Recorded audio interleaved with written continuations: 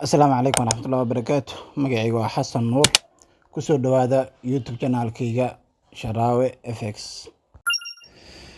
Videoga waxaa ku qaadan dhigi doonaa insha Allah sidee ku samey karaa 10k bil walbo trading ama forex suuq forex. Waan ogahay dadka qaar niyadooda weli ma soo gelin inay 10k bisha sameeyaan, laakiin haddii la yimaadid balaan cad oo realistic waa samey kartaa 10k iyo ka badan bishiiba. Kama hadlayo dadka beginnerka ama intermediate-ka oo kaliya ku jira suuqa 6 bil ilaa sanad ilaa 2 sano, laakiin qofka hadduu ku jira ilaa 3 sano ilaa 4 sano 5 sano oo samey karaa wayna fudud tahay. Waa inaad tahay qof hadda forex bilaabaynin oo advanced oo leh experience ugu yaraan waa 2 year ama 3 year ilaa 4 year waa inaad leedahay experience. Sidaa marka u samaysid bishii 10k ama ka badan waa inaad balaan leedahay. Balaanka leedahayna waa inuu realistic yahay sida hore u soo sheegay.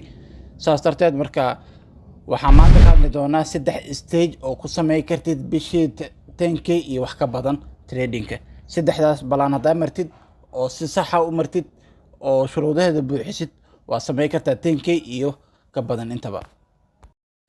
Number 1 ama stage ugu horeeya oo lagaga baahan yahay waxa waaye waa inaad haysataa istiraatiijiyad ku shaqeynaysa, istiraatiijiyad oo weynin ah. Istiraatiijiyad weynin macnaheedu waa maxay?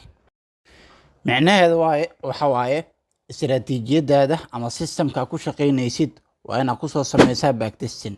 Backtesting markaa ku soo sameysid waa inaad og tahay win rate-kaaga istiraatiijiyadeeda hadba sidee tahay. Win rate 60 miya, 70 miya, 80 miya, 90 miya.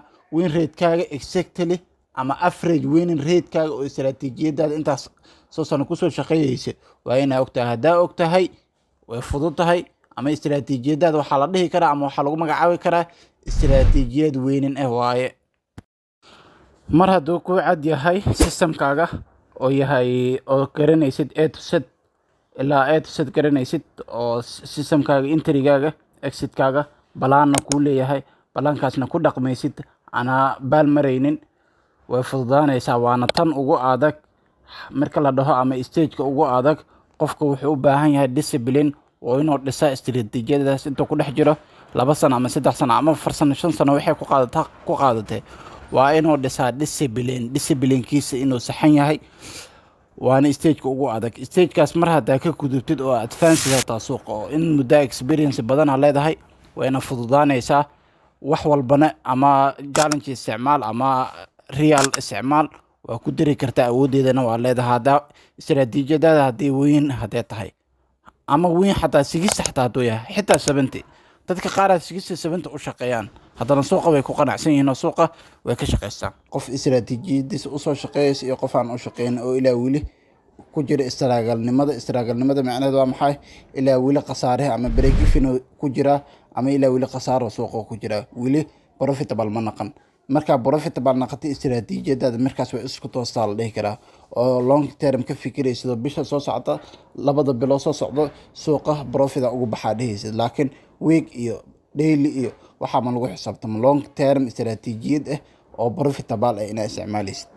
meeshaas ugu baxayna stage-ka ugu horeeya. stage-ka labaadna kii stage-ka labaad waxa u baahan tahay marka lacag u baahan tahay samahan oo ku bilowdid, maadaama lacag loo baahan yahay. يعني qof dhalinyarana iska tahay, يعني akoomo waaweyn heli karin muddooyinka ugu dambeeyay ilaa laga soo bilaabo 2020 ilaa hadda waxaa la isticmaalayaa ama suuqa ku jira waxa la dhaho Profam. maxaa la waa shirkado challenge dhibo. challenge-yadaas marka phase 1 phase 2 amaraysa. labadaas phase marka martid waxay leeyihiin shuruudahaas haddaa gudbisid ama baasisid waxaa lagu dhiibayaa akoonkaas waxaa ku dartid waxaa ka leedahay 80% ama 90% profitability leedahay macnaha. marka waxaa u baahan tahay akoon yar leeyihiin inaad ka bilowdo akoomahooda yaryar, ha ahaato 5k ama 10k. ha ka bilaabin marka 100k iyo 200k waxyaabahaas ka fikirin ama 50k ha ka fikirin. marka 5k ama 10k ugu badnaan 10k qaado.